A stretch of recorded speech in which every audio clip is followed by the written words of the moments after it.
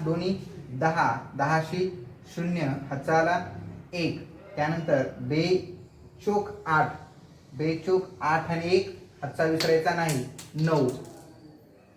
Okay, 2 ने पूर्ण गुणल्याच्या नंतर या 3 ने गुणायच्या अगोदर या शून्याच्या खाली एक शून्य द्यायचा, त्यानंतर 5 त्रिक 15 म्हणजेच या ठिकाणी हातचा 1 येईल. पुन्हा 3 चोक 12, 3 1 3, 3 2 6, 3 3 9, 3 चोक 12 आणि हातचा 1 15.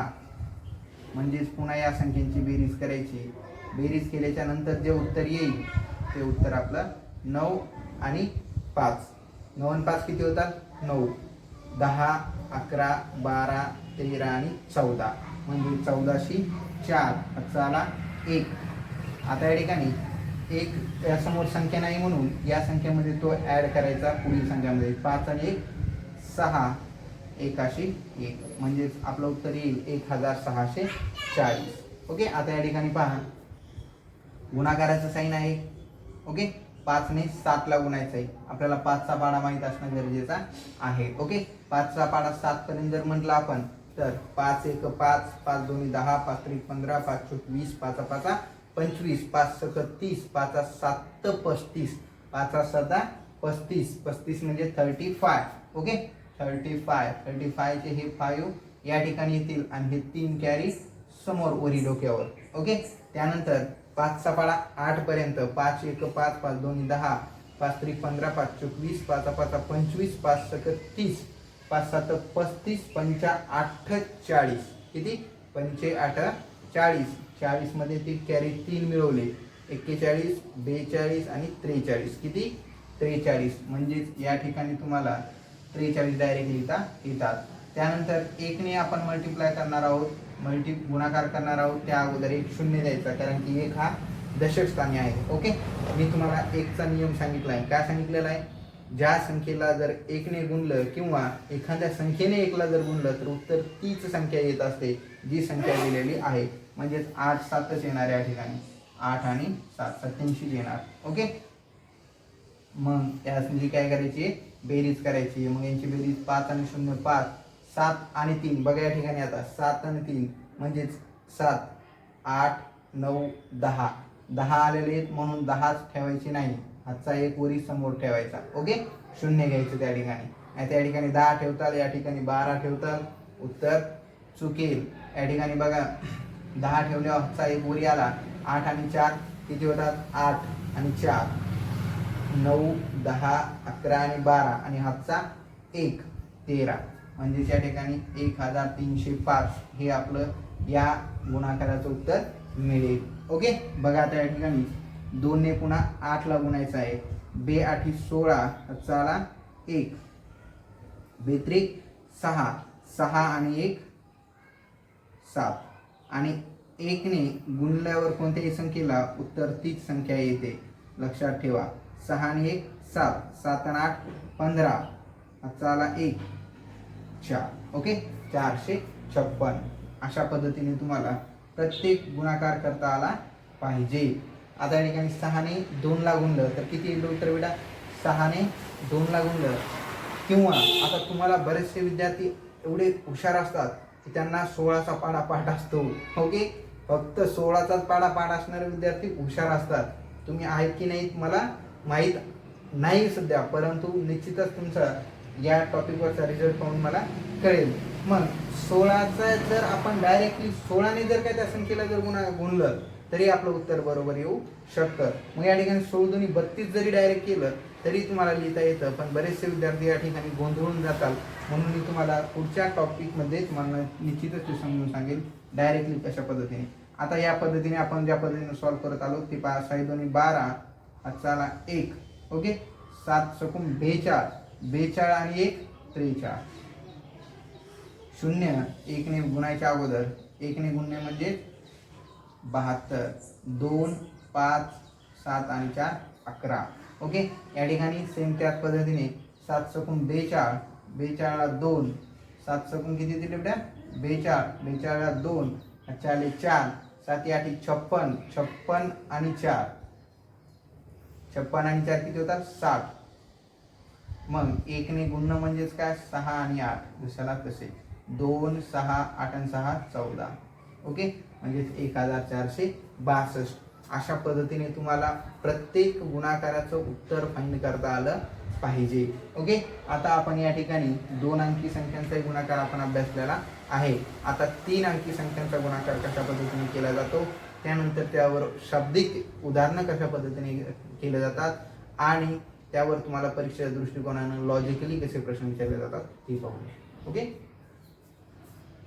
हा आता जर एखाद्या ठिकाणी तुम्हाला प्रश्न दिलेला आहे 3 4 8 गुणिले 2 1 3 बरोबर किती ओके अशा पद्धतीचा प्रश्न जर दिलेला असेल तर तुम्ही या ठिकाणी 3 ने 8 ला मग पुन्हा सरळ सरळ पुन्हा अशा पद्धतीने करत बसत जाऊ नका। तुम्हाला डायरेक्टली या ठिकाणी 3 4 8 गुणिले 2 1 3 अशा पद्धतीची त्याची मांडणी करता आली पाहिजे। जर तुम्ही या पद्धतीने जर त्या मांडणी केली तर आता तुम्हाला समजेल की आपण शिकलेल्या नियमानुसार कशा पद्धतीने अगोदर या 3 ने मल्टिप्लाय करायचं त्यानंतर एक शून्य घेऊन या 1 ने मल्टिप्लाय करायचं त्यानंतर एक शून्य घेऊन या 2 ने मल्टिप्लाय करायचं। या ठिकाणी तुम्हाला जेवढ्या संख्या या साईडला सुटतील तेवढे शून्य आपल्याला खाली घ्यावे लागतात ते बघा। आता या ठिकाणी कशा पद्धतीने घेतो आपण आता या ठिकाणी 348 ला आपण 213 ने गुणणार आहोत। मग या ठिकाणी 3 ने ज्यावेळेस आपण 8 ला गुणू त्यावेळेस आपल्याला 3 चा पाडा 8 पर्यंत म्हणावा लागेल 8 त्रिक 24। आता या ठिकाणी 3 चा पाडा 8 पर्यंत म्हटला तरी चालतो 8 चा पाडा 3 पर्यंत म्हटला तरी चालतो ओके। बघा 8 त्रिक 24 मला डायरेक्टली जी संख्या जवळ असेल ती संख्या डायरेक्टली माझ्या तोंडामध्ये येतात पण तुम्हाला या ठिकाणी 3 8 24 असं म्हणावं लागेल। 3 8 24 ला 4 4 2 ओके। आता 3 आणि 4 आता 4 त्रिक 12 मी या ठिकाणी 3 चोक 12 12 आणि हे 2 किती वेळा 14 14 गुणा 4। आता ह्या संख्या व्यवस्थित मांडून घ्यायच्या एका खाली एका। या ठिकाणी 14 4 हातचा पुन्हा किती येईल या ठिकाणी 1 येईल ओके। मी या ठिकाणी रफ करत नाही या ठिकाणी हातचा ठेवतो।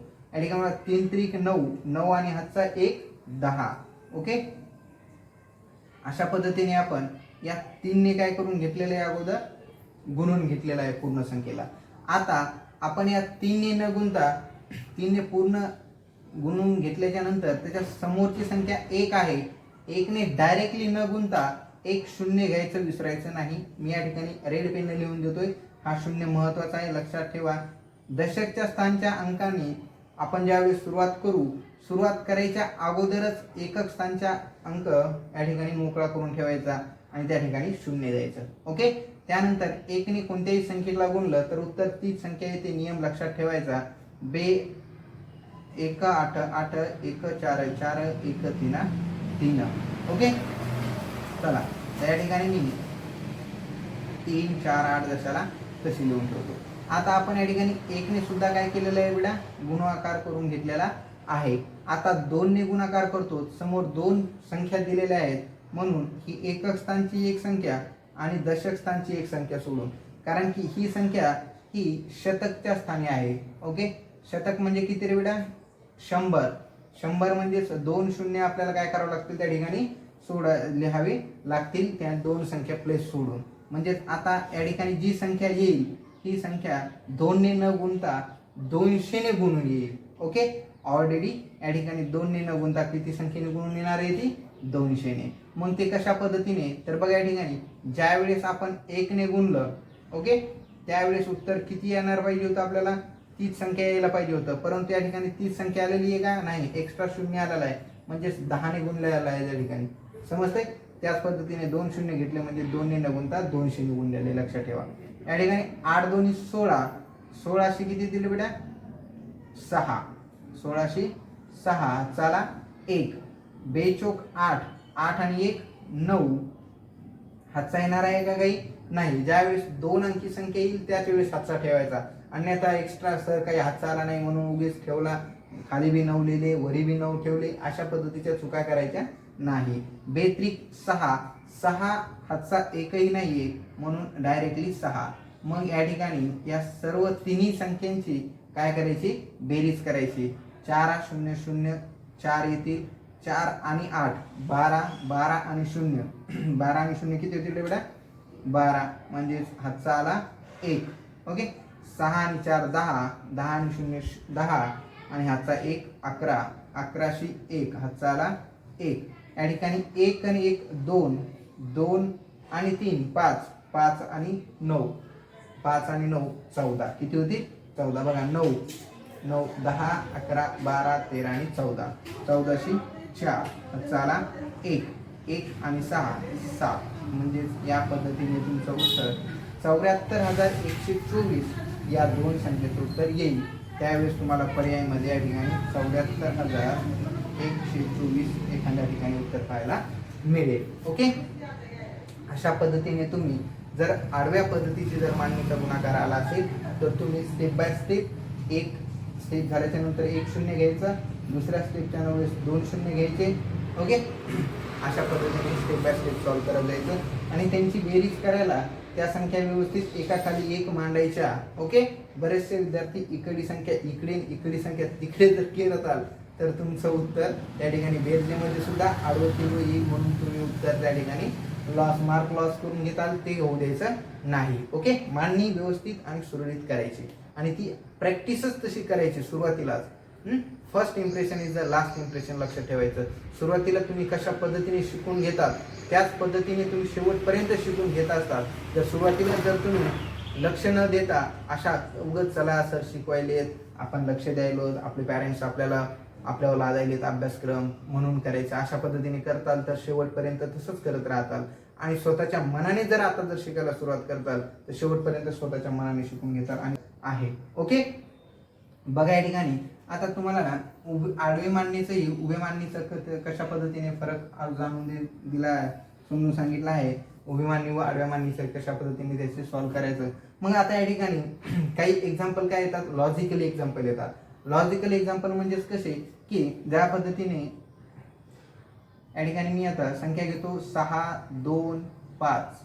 ओके, गुणिले या ठिकाणी बघा उत्तर लिहितो मी 6 2 5 आणि या ठिकाणी बॉक्स.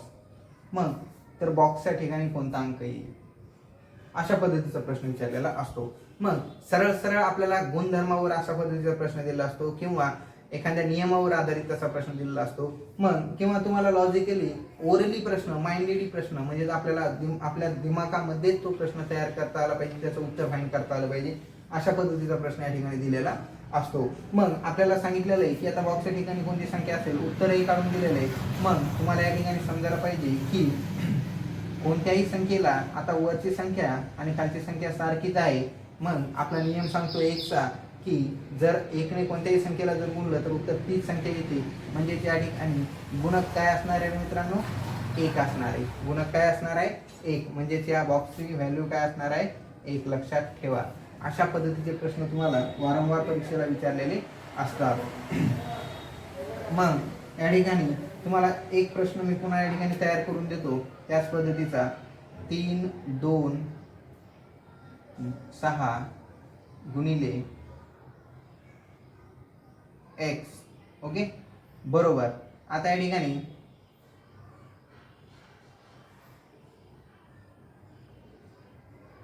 652. ओके, 652 हा प्रश्न या ठिकाणी दिलेला आहे. तर x ची किंमत किती. मग एक तर सरळ सरळ काय करायचं माहिती आहे का, दिलेली संख्या व ही संख्या. आता ज्या वेळेस तुम्हाला बरेचसे विद्यार्थी काय करतात मल्टिप्लिकेशन मध्ये, आता या दोन संख्या मल्टिप्लिकेशन मध्ये आहेत आणि जर ही संख्या जर या साईडला गेली तर ती भागाकारामध्ये जाते, हे विसरून जातात. ओके, जसं की या ठिकाणी बघा 25 आहे गुणिले x बरोबर 50.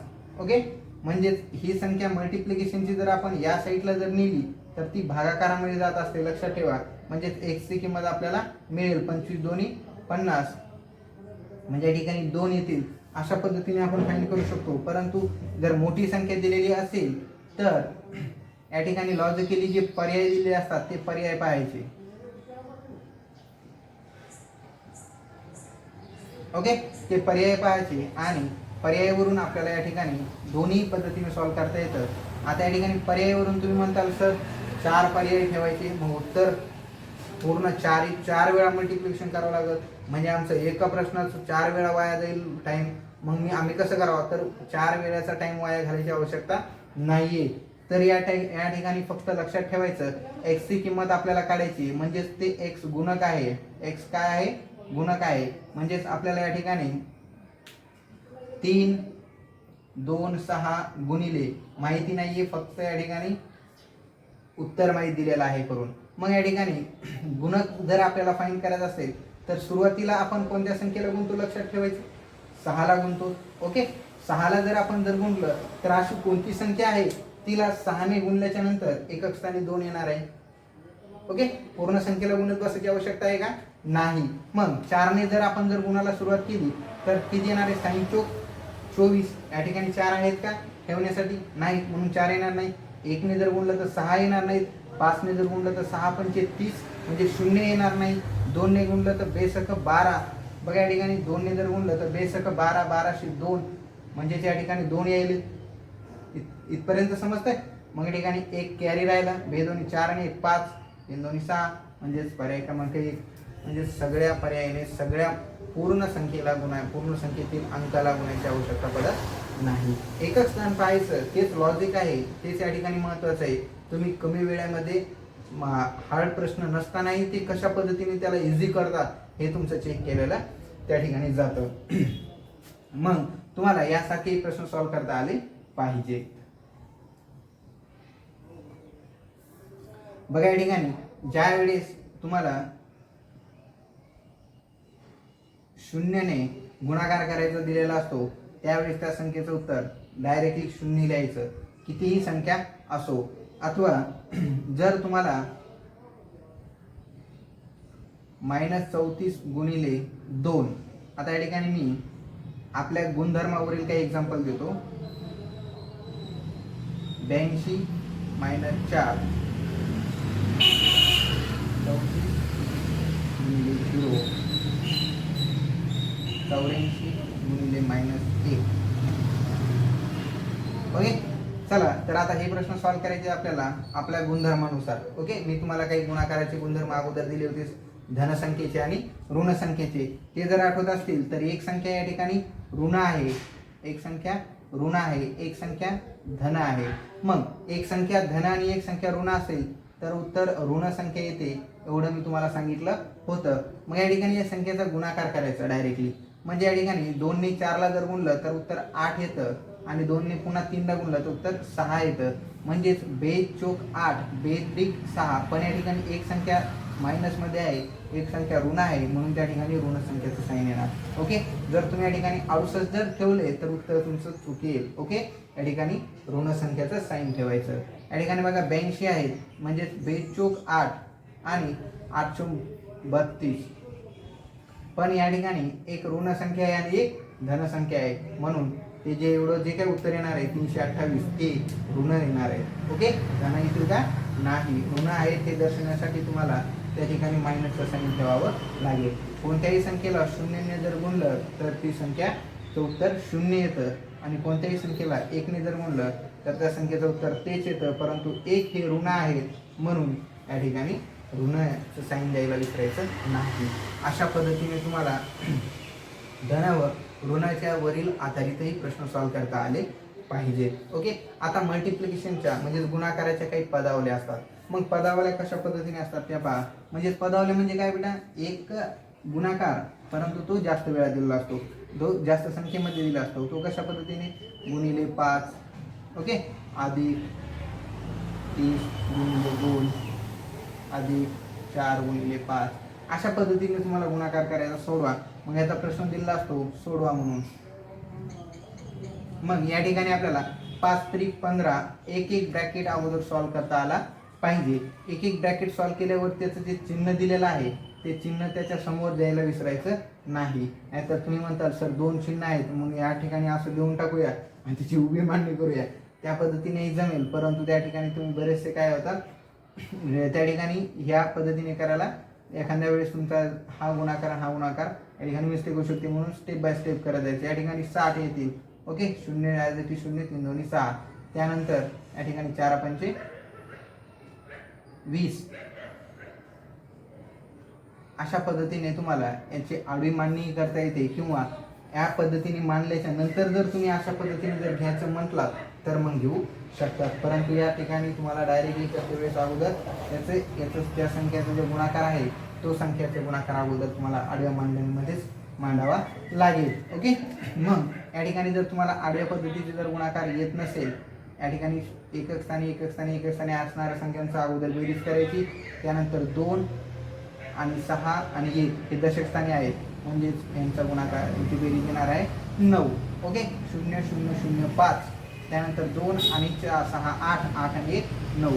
नाहीतर मग या ठिकाणी डायरेक्टली 5 7 आणि 20 अशा पद्धतीचे दोन संख्या. ओके. तशाही पद्धतीने बघा. आता बोर्डवर एक शाब्दिक एक्झाम्पल दिलेलं आहे तुम्हाला गुणाकारात. ओके. बघा, राधाने तिच्या वाढदिवसा दिवशी मित्रांना प्रत्येकी 3 पेन भेटवस्तू म्हणून दिले. ओके. तिचे एकूण 63 मित्र होते, तर तिला किती पेन द्यावे लागले असतील. ओके. आता तिने तिच्या मित्रांना वाढदिवसा दिवशी पेन वस्तू म्हणून भेट दिलेली. ओके.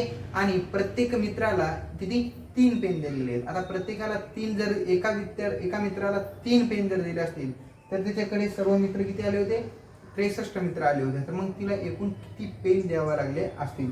आता प्रत्येकाला 3, पर्याय क्रमांक 129 आहे, 289 आहे, 480 आणि 189 आहे. तर बघा, ज्यावेळेस तुम्हाला वर्ड प्रॉब्लेम शाब्दिक उदाहरण अशा पद्धतीने दिलेलं असतं, त्यावेळेस एकूण संख्या पाहायच्या. आता प्रत्येकी म्हणजेच किती आहेत 3, प्रत्येकी पेन किती दिलेले आहेत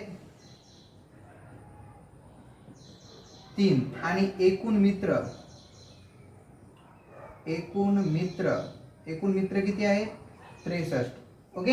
म्हणजेच एका विद्यार्थ्याला जर 3 पेन जर देत असेल तर 63 मित्रांना त्यांनी किती पेन दिले असतील, त्यावेळेस त्या संख्यांचा गुणाकार करायचा. ओके. 63 गुणाकला लहान संख्या घ्यायची. ओके. मग या ठिकाणी तुम्हाला 3 ला गुणलं तर 3 त्रिक 9. आता हे झाला गुणक, हे झालं गुण्य, आणि जो काही येणारा गुणाकार आहे तो गुणाकार एकूण संख्या असते. ओके. एकूण पेनाची संख्या. आता एकूण पेनाची संख्या विचारलेली आहे. मग 3 त्रिक 9. ओके. हातचा काही येईल कर बेटा, नाही. मग या ठिकाणी साइन त्रिक 18 म्हणजेच 189, म्हणजेच तिला एकूण 189 पेन त्या दिवशी वाटावे लागतील, आणि ते पर्याय क्रमांक 4 मध्ये दिलेलं आहे. अशा पद्धतीने तुम्हाला वर्ड प्रॉब्लेम ही सॉल्व करावे लागतील आणि ते तुम्हाला आले पाहिजे. याच पद्धतीचा प्रश्न बघा, पुन्हा एक एक्झाम्पल आहे. पुन्हा लहानात लहान 2 अंकी संख्या व मोठ्यात मोठी 3 अंकी संख्याचा गुणाकार किती. आता आपल्याला गुणाकार करायला सांगितलेला आहे. आता यासारखे प्रश्न ज्यावेळेस तुम्हाला असतात त्यावेळेस तुम्हाला प्रश्न व्यवस्थित वाचता आले पाहिजे. प्रश्न जर तुम्हाला वाचता व्यवस्थित आले तर तुम्हाला त्या ठिकाणी अर्धा एक्झाम्पल सुटलं म्हणून समजा. ओके. तुम्हाला अर्धा एक्झाम्पल कशा पद्धतीने सोडायचं हे तुम्हाला प्रश्न वाचता व्यवस्थित आला तर समजतं. मग या ठिकाणी प्रश्नामध्ये काय सूचना केलेली आहे ती बघायची. लहानात लहान 2 अंकी संख्या.